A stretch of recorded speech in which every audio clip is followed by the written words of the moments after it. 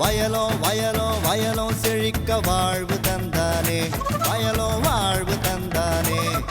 அட பொன்னா விளையோ பூமிக்கு நல்ல விவரம் தந்தானே, உழவனின் உறவா வந்தானே.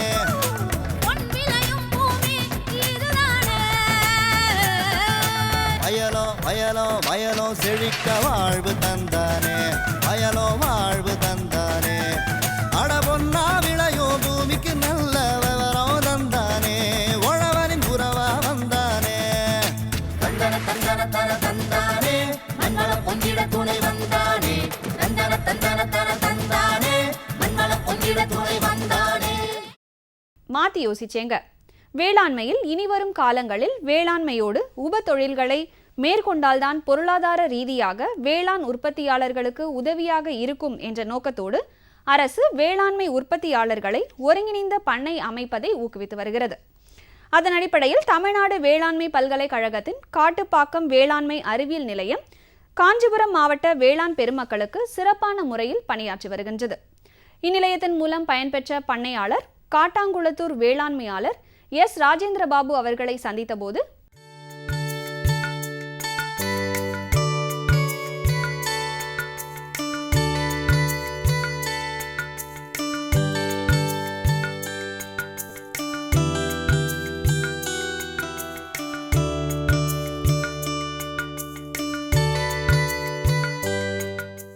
எங்கிட்ட பார்த்தீங்கன்னா இங்கே மாடு, ஆடு, கோழி, வாத்து இந்த மாதிரி அனைத்தும் கால்நடைகளையும் அதனுடன் மீன் குளம், இறா வளர்க்குறேன்.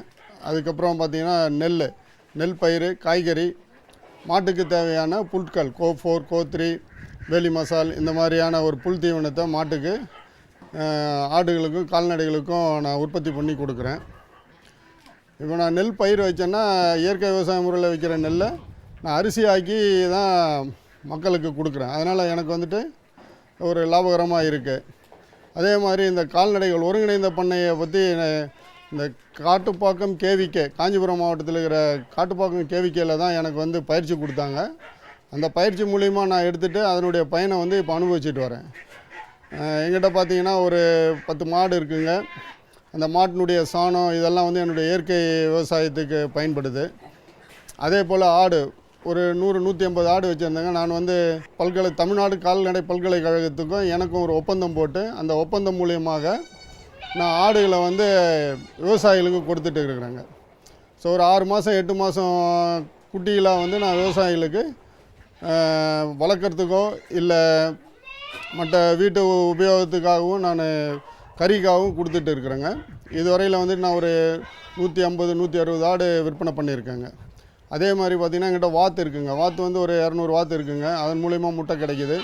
முட்டையை வந்து இங்கே வந்து எடுத்துகிட்டு போயிடுறாங்க. அதுக்கு வந்துட்டு கேரளாவில் நல்ல டிமாண்ட் இருக்குது. கேரளாவுக்கு தான் போகுதுங்க.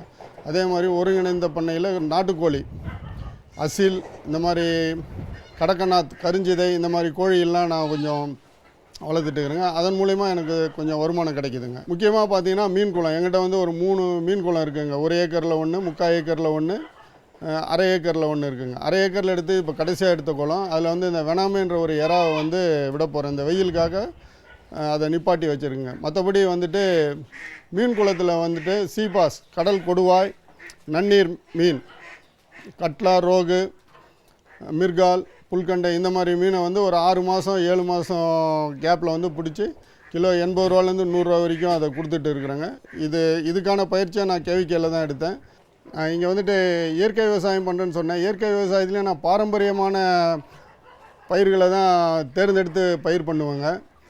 நெல் ரகம் எடுத்துக்கிட்டோம்னா பெரிய காரு, சீரக சம்பா, இந்த மாதிரி வெரைட்டி, கிச்சிலி சம்பா, வைகுண்டா இந்த மாதிரி நெல்களை தான் நான் தேர்ந்தெடுத்து, அதாவது பழசு இப்போ நம்ம பழைய ரகங்களை, விட்டு போன ரகங்கள்லாம் தேடி எடுத்துகிட்டு வந்து அதை நான் பயிர் பண்ணி அதை அரிசி ஆக்கி தான் மக்களுக்கு கொடுத்துட்டு இருக்கிறேங்க. இதில் வந்துட்டு எனக்கு நல்ல லாபம் கிடைக்குதுங்க. இந்த தவிடு வந்து எனக்கு என்கிட்ட இருக்கிற மாட்டுக்கும் கோழிக்கும் நான் உபயோகப்படுத்திக்குவோங்க. அதே மாதிரி ஆடுகளுக்கும் மாடுகளுக்கு வேண்டிய தீவனம் கோ4 ஒரு 2.5 ஏக்கரில் கோ4 வச்சுருக்கேங்க. அந்த 2.5 ஏக்கரில் கோ4 வந்து கட் பண்ணி ஆட்டுக்கும் மாட்டுக்கும் இந்த சாஃப் கட்டுன்ற மிஷினில் தூள் பண்ணி அதை வந்து நான் மாட்டுக்கு கொடுத்துட்டு இருக்கிறேங்க. அது இல்லாமல் வாத்து இருக்குங்க. வாத்துக்கு பார்த்தீங்கன்னா அரிசி தவிடு கருக்கா இது நம்ம பண்ணையில் வந்துட்டு கிடைக்கிறது தாங்க. நம்ம அரிசி அறுத்தோம்னா அதை தூத்துற கருக்கா எடுத்துகிட்டு வாத்துக்கு கொடுத்துருவோங்க. மீன் குளத்தில் இருக்கிற அந்த சின்ன சின்ன மீன்களை வந்து பிடிச்சி சாப்பிடுங்க. என்னுடைய நிலத்திலே வந்து நான் தண்ணியை விட்டு வாத்தை மேய்க்கிறதுனால அதில் இருக்கிற அந்த புழு பூச்சியை சாப்பிட்டுட்டு வாத்து வந்துட்டு எனக்கு முட்டை கொடுத்துட்டு இருங்க பயன்பெறுகிறேங்க. வாத்து மூலயமா எனக்கு ஒரு 10 காசு கூட செலவில்லைன்றது தான் சொல்லணுங்க. இது எல்லாத்துக்கும் நான் இவ்வளவும் பண்ணுறேன். நான் இப்போ ஆடு வளர்க்குறேன், மாடு வளர்க்குறேன், திரும்ப சொல்கிறேன், கோழியை வளர்க்குறேன், வாத்து வளர்க்குறேன், புறா வளர்க்குறேன், மண்புழு உரம் பண்ணுறேன், அசோலா பண்ணுறேன். இது எல்லாமே வந்து காஞ்சிபுரம் மாவட்டம் காட்டுப்பாக்கம் கேவிகே மூலிமா நான் பயிற்சி எடுத்ததுனால தான் இந்த உடைய ஒரு பலனை வந்து நான் அனுபவிச்சுட்டு இருக்கிறேங்க. இதுக்கு முன்னாடி நான் தொழில் செஞ்சுட்டு இருந்தேங்க. நான் ஒரு இன்ஜினியரிங் ஒர்க் ஷாப் வச்சுட்டு தொழில் பண்ணிகிட்டு இருந்தேங்க. அதை விட்டுட்டு இப்போ நான் விவசாயத்துக்கு வந்ததில் எனக்கு விவசாயத்தில் எனக்கு எல்லாத்தையும் A to Zன்ற மாதிரி முதல் அக்கு வரை எனக்கு வந்து கேவிகே காட்டுப்பாக்கம் தான் எனக்கு வந்து முழு மூச்சோடு என்னை அறிவுறுத்தி என்னை பண்படுத்தி கொண்டு வந்தால் சொல்லுவேன். மேலும் விவரம் பெற 09238323837 என்ற கைபேசி எண்ணுடன் தொடர்பு கொள்ளலாம். இனி வருவது ஆலோசனை நேரம்.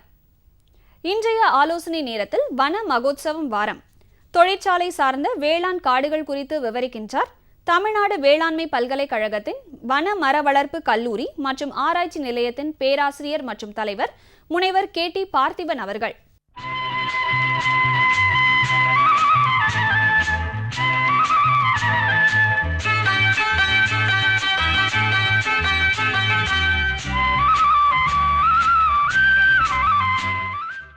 வணக்கம் விவசாய பெருங்குடி மக்களே.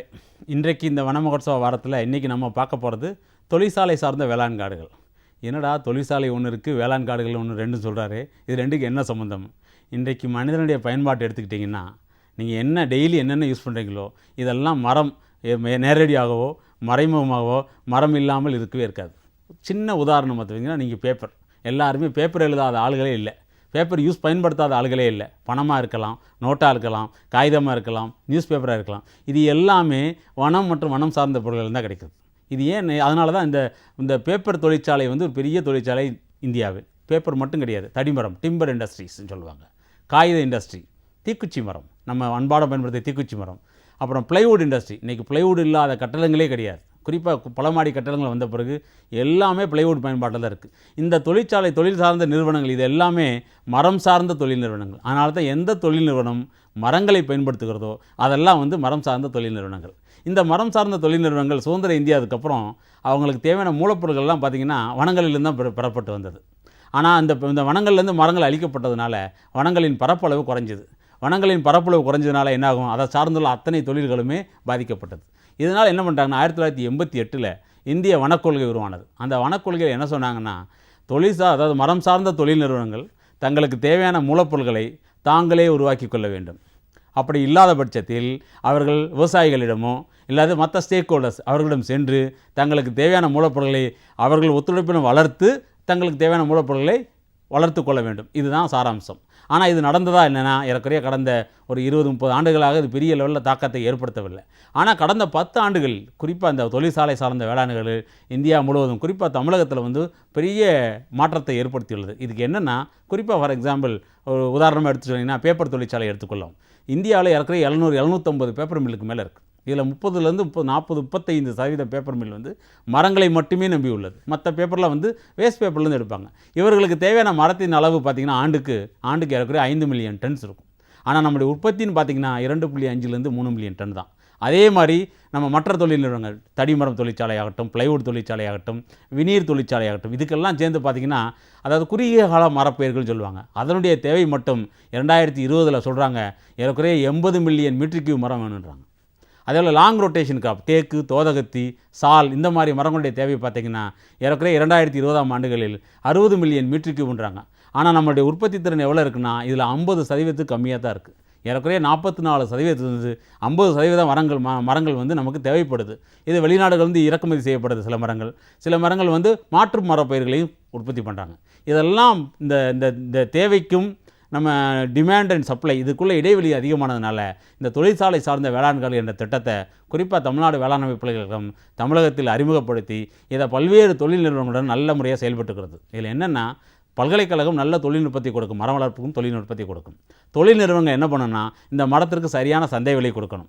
விவசாயிகள் என்ன பண்ணணும்னா பல்கலைக்கழகம் சொல்லக்கூடிய மரங்களை நட்டு அந்த சந்தை விலை என்ன சந்தை விலை இருக்கோ அதை விவசாயிகள் அதை தொழில் நிறுவனங்கள் பெற்றுக்கொள்ளலாம்.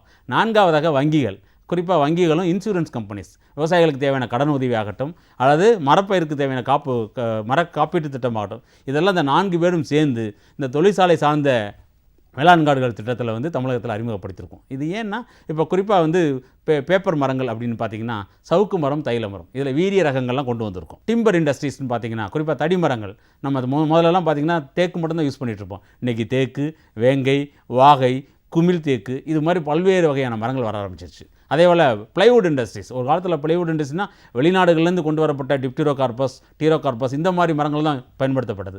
ஆனால் இன்றைக்கு அப்படி இல்லை. நம்மூரில் வளரக்கூடிய மலைவேம்பு, நம்மூரில் விளையக்கூடிய குமிழ், நம்மூரில் விளையக்கூடிய தைலமரம், இதெல்லாமே வந்து நம்ம பிளைவுட் இண்டஸ்ட்ரிக்கும் வினீர் இண்டஸ்ட்ரிக்கும் பயன்படுத்துகிறோம். அதனால தான் தடிமரம் இல்லாத இடங்களில் பிளைவுட் இண்டஸ்ட்ரியெல்லாம் கொண்டு வரோம். இது மாதிரி இப்போ ரீசெண்டாக கடந்த ஒரு 10 ஆண்டுகளில் பார்த்திங்கன்னா மரங்களிலிருந்து மின்சாரம் தயாரிக்கிறது. ஏற்கனவே தமிழகத்தில் மட்டும் ஒரு 450 மெகாவாட்டுக்கு பொட்டன்ஷியல் இருக்குது மரத்திலிருந்து மின்சாரம் தயாரிக்கக்கூடிய மரம். பட் இதுக்கெல்லாம் மூலப்பொருட்கள் வேணும். வனங்களிலிருந்து மூலப்பொருட்களை பெற முடியாது. அப்போ என்ன பண்ணணும்? விவசாயிகளிடம் செல்ல வேண்டும். அதுக்காக விளைநிலங்களை பூரா மாத்திரமா? கிடையவே கிடையாது. எங்கெங்கே விவசாயம் பண்ண முடியவில்லையோ, எங்கெங்கே நிலங்கள் தரிசாக இருக்கிறதோ அங்கெல்லாம் பல்கலைக்கழகம், தொழில் நிறுவனங்கள், விவசாயிகள் அண்ட் வங்கிகள் இவங்களெல்லாம் சேர்ந்து பண்ணினோம்னா இந்த தொழிற்சாலை சார்ந்த வேளாண் காடுகள் திட்டம் உண்மையிலேயே தமிழகத்தில் பெரிய தாக்கத்தை ஆல்ரெடி ஏற்படுத்தி உள்ளது. இது வந்து வருங்காலங்களில் நல்ல தாக்கத்தை ஏற்படுத்தும். அப்படி ஏற்படும் பட்சத்தில் இந்த நல்ல பால்படுத்தப்பட்ட நிலங்கள் எல்லாமே மரங்களாக காட்சியளித்து அந்த மரங்கள் தொழிற்சாலைகளுக்கு தேவையான மூலப்பொருட்களை கொடுக்கும், நாட்டின் மண் வளத்தை பெருக்கும் அண்ட் விவசாயிகளின் பொருளாதாரத்தை மேம்படுத்துவதோடு மட்டுமல்லாமல் நமக்கு தேவையான மூலப்பொருட்களை நாமளே உற்பத்தி செய்து கொள்ள முடியும். இதனால் சமூக பொருளாதாரம் மேம்பட்டு சுற்றுச்சூழலும் பாதுகாக்கப்படும் என்பதில் எவ்வித ஐயமும் இல்லை. மேலும் விவரம் பெற முனைவர் KT பார்த்திபன் அவர்களை 09445050584 என்ற எண்ணுடன் தொடர்பு கொள்ளலாம். மீண்டும் நாளைய பொன் விளையும் பூமி நிகழ்ச்சியில் சந்திப்போம். நன்றி, வணக்கம்.